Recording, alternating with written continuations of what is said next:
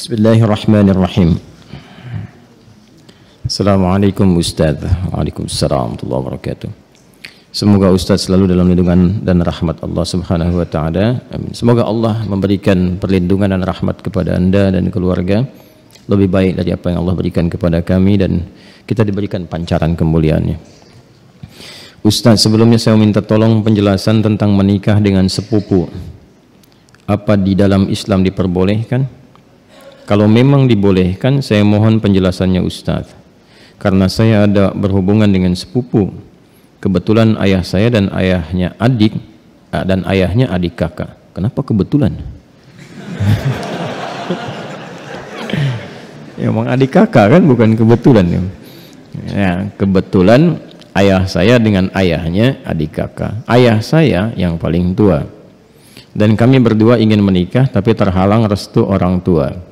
Karena mereka menikahi sepupu, karena kata mereka menikahi sepupu itu tidak boleh karena masih satu bapak. Kami sudah memberikan penjelasan kepada orang tua, tapi orang tua masih kekeh dengan pendapatnya. Kami hanya ingin halal agar kami terhindar dari maksiat. Kami mohon kepada Ustadz untuk memberikan penjelasan tentang hukum menikahi sepupu. Dan kalau boleh, kami minta tolong divideokan ya Ustadz, agar orang tua kami bisa memahaminya dan memberikan restu kepada kami. Sebelumnya terima kasih banyak ya Ustaz. Syukran, jazakallah. Anda memindahkan beban hidup Anda kepada saya. Tidak apa-apa, ini biasa. Ya, mau dijawab? Yuk kita pakai Quran aja dulu jawabnya. Buka Quran surah ke 33 Al-Ahzab ayat 50. Quran surah 33 ayat 50.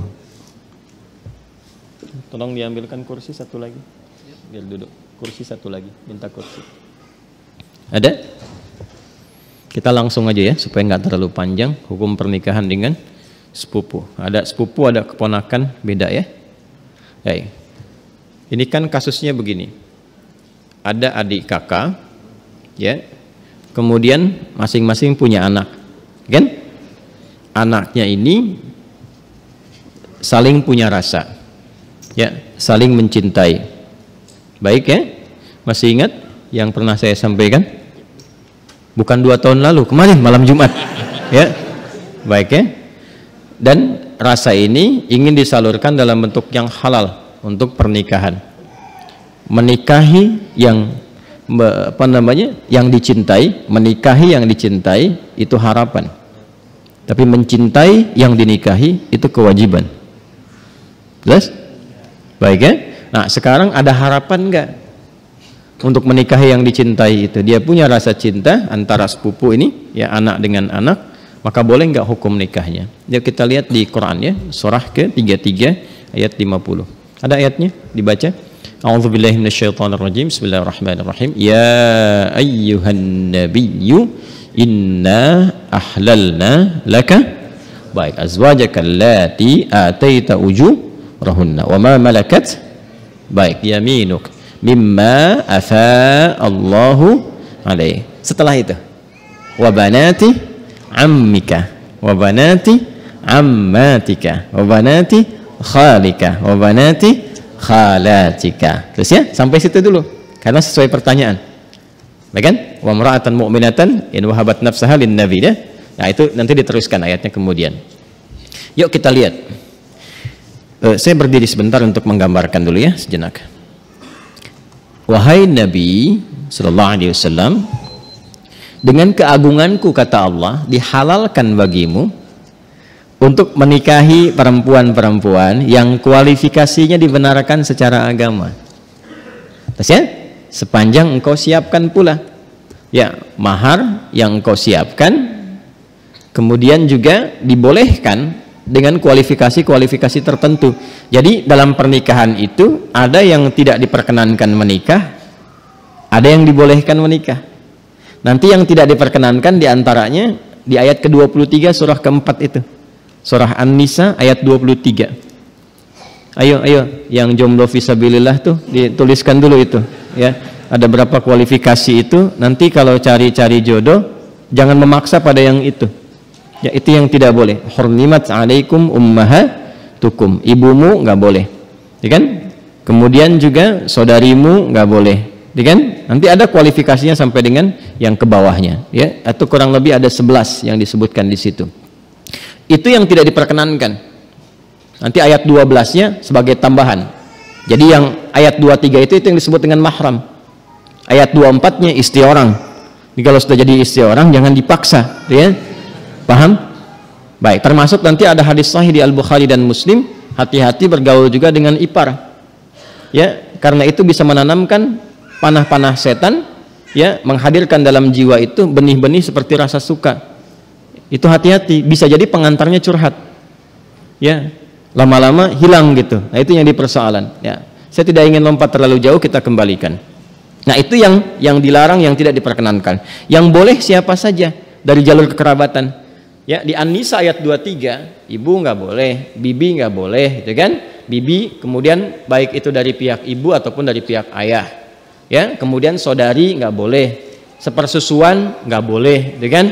Menantu nggak boleh, ya. Kemudian nanti ada anak-anak bawaan juga dari istri yang dinikahi, itu nggak boleh.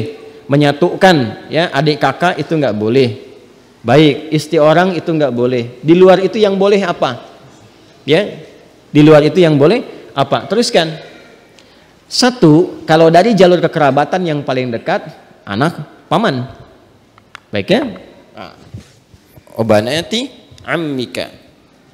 Anak paman berarti sepupu kan? Ya kan? Baik. Ini saya sebut kakek sajalah. Ya. Kakek punya anak kan? Ya. Ini A, ini B. Ini anaknya laki-laki, ini laki-laki juga. Oke? Sudah. Ini ayah lah ya, untuk memudahkan. Ini bapak.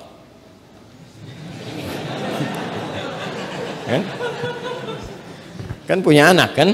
Berarti jadi ayah. Itu punya anak berarti bapak. A-nya apa? Ayah, B-nya bapak. Jelas? Nah, ini punya anak. Baik ya. Ini X. Yang ini ya kan? Ini Y. Baik. Yang ini perempuan Y. Yeti misalnya kan? Ya. Ini Safi. Ya. Kalau dia punya anak beberapa, misalnya Safi, Messi, misalnya siapa lagi ke bawah, misal. Laki-laki, ini perempuan. Nah, ini sepupuan kan? Ini kan? Ya, halo? Ini dengan ini sepupu ya? Baik. Nah, ini Yeti dengan Safi ada rasa saling mencintai. Ingat, mencintai dengan menyukai itu berbeda. Suka semua bisa disukai, tapi tidak setiap yang disukai itu harus mencintai. Jelas ya? Baik. Sama dengan begini, tak kenal maka tak bukan ta'aruf. Ya. Karena tidak harus yang dikenali itu disayangi. Anda kenal istri tetangga, apakah harus sayang padanya? Tidak kan? Paham ya? Baik. Jadi kenal itu tidak harus sayang. Halo? Paham? Nah, tapi kita menyukai siapapun harus suka dalam konteks kebaikan, tapi tidak selalu yang disukai itu harus dicintai. Cinta itu diikat dengan nilai-nilai yang baik. Karena itu bagus pertanyaannya, ingin tahu rambu-rambu agama supaya tidak keluar dari nilai-nilai itu, supaya tidak masuk dalam jerat-jerat setan. Apa hukumnya kemudian kalau ini ingin menikah dengan ini? Ini ada anak paman nih. Ini kan kesini paman kan? Ya kan? Ini ada anak pamannya nih, anak pamannya. Apa hukumnya kalau saya ingin menikah dengan anak paman? Maka dijawablah kemudian di Al-Ahzab tadi di ayat yang ke-50. Wa banati ammika wa banati ammatika. Ya, wa banati khalika wa banati khalatika. Am itu paman dari ayah. Khal paman dari ibu. Ammah, ammatun ya, itu bibi dari ayah. Jadi ayah misalnya punya saudari perempuan, bibi kan? Ya. Baik, ibu kan punya juga ya, saudari ya. Nah, dari ibu itu disebut dengan khalun dan khalatun, dari ayah disebut ammun dan ammatun. Jelas? Baik. Jadi hukumnya kalau ingin menikah antar sepupu boleh-boleh saja karena ini bukan mahram. Ya. Jelas? Sampai sini boleh. Kalau ditanya apakah boleh menikah antar sepupu? Boleh. Sepanjang tidak ada sebab-sebab lain yang mengharamkan itu. Apa sebab-sebab yang lain? Ini hukum asalnya boleh. Tapi nanti ada sebab-sebab lain yang menjadikan terlarang. Misal, ini hukum asal boleh, tapi ternyata ibunya Safi misalnya saat Safi lahir, ASINya macet. Maka minta kepada ibunya Yeti untuk bisa di-share ASINya. Ya kan? Halo? Ada yang salah? Huh? Share, like, and comment, ya kan? Baik. Kalau ini kemudian mendapatkan ASI yang sama dari ibunya Yeti, ya, sini ada ibu misalnya. Jadi saudari atau saudara sepersusuan. Dia walaupun sama-sama sepupu tidak menjadikan keduanya boleh menikah karena ada hubungan mahram birradha'ah. Tapi kalau di luar itu aman misalnya, bukan saudara atau saudari sepersusuan dan tidak ada faktor-faktor lain yang menjadikan ini terhambat, maka boleh-boleh saja. Tidak ada masalah di situ. Jelas? Sekalipun ada kebolehan, tapi tetap ditempuh dengan cara yang terhormat. Ya, jadi tidak boleh misalnya kawin lari, capek, sambil lari nikah gitu kan? Tidak, jangan. Tetap sekarang cari cara untuk memahamkan dengan cara yang baik dan bermohon kepada Allah. Kalau memang diniatkan ibadah, niat ibadah dengan cara yang benar, dengan cara yang baik, sifatnya nanti akan dibimbing oleh Allah dengan cara yang baik. Ada doanya untuk melembutkan hati orang tua misalnya, ditampakkan nilai-nilai kebaikan. Jadi kalau ada penolakan dengan karakter, dibalas dulu dengan akhlak.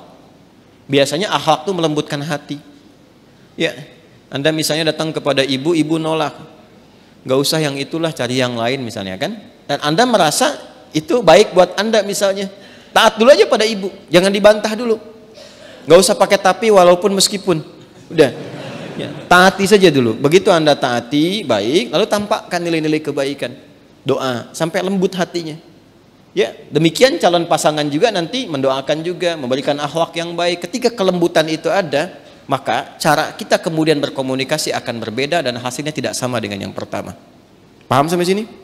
Baik. Jadi jangan bergantung ya yang bertanya pada video ini untuk dibawa kepada orang tua. Ya.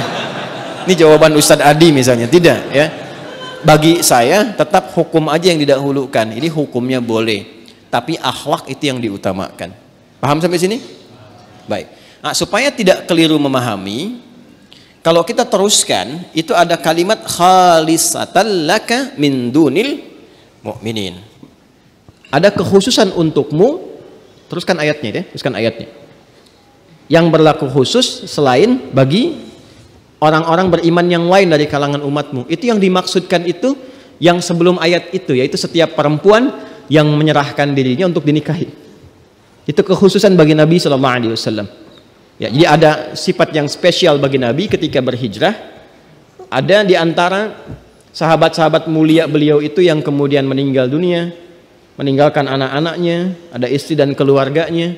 Ya, kemudian Nabi diperintahkan oleh Allah Subhanahu wa taala bagi perempuan-perempuan tertentu khusus, jika Nabi meridainya, akhlaknya, kemuliaannya, kebaikannya, support untuk dakwahnya, dan dia datang untuk menyerahkan dirinya untuk dinikahi, boleh-boleh saja, silahkan gitu kan.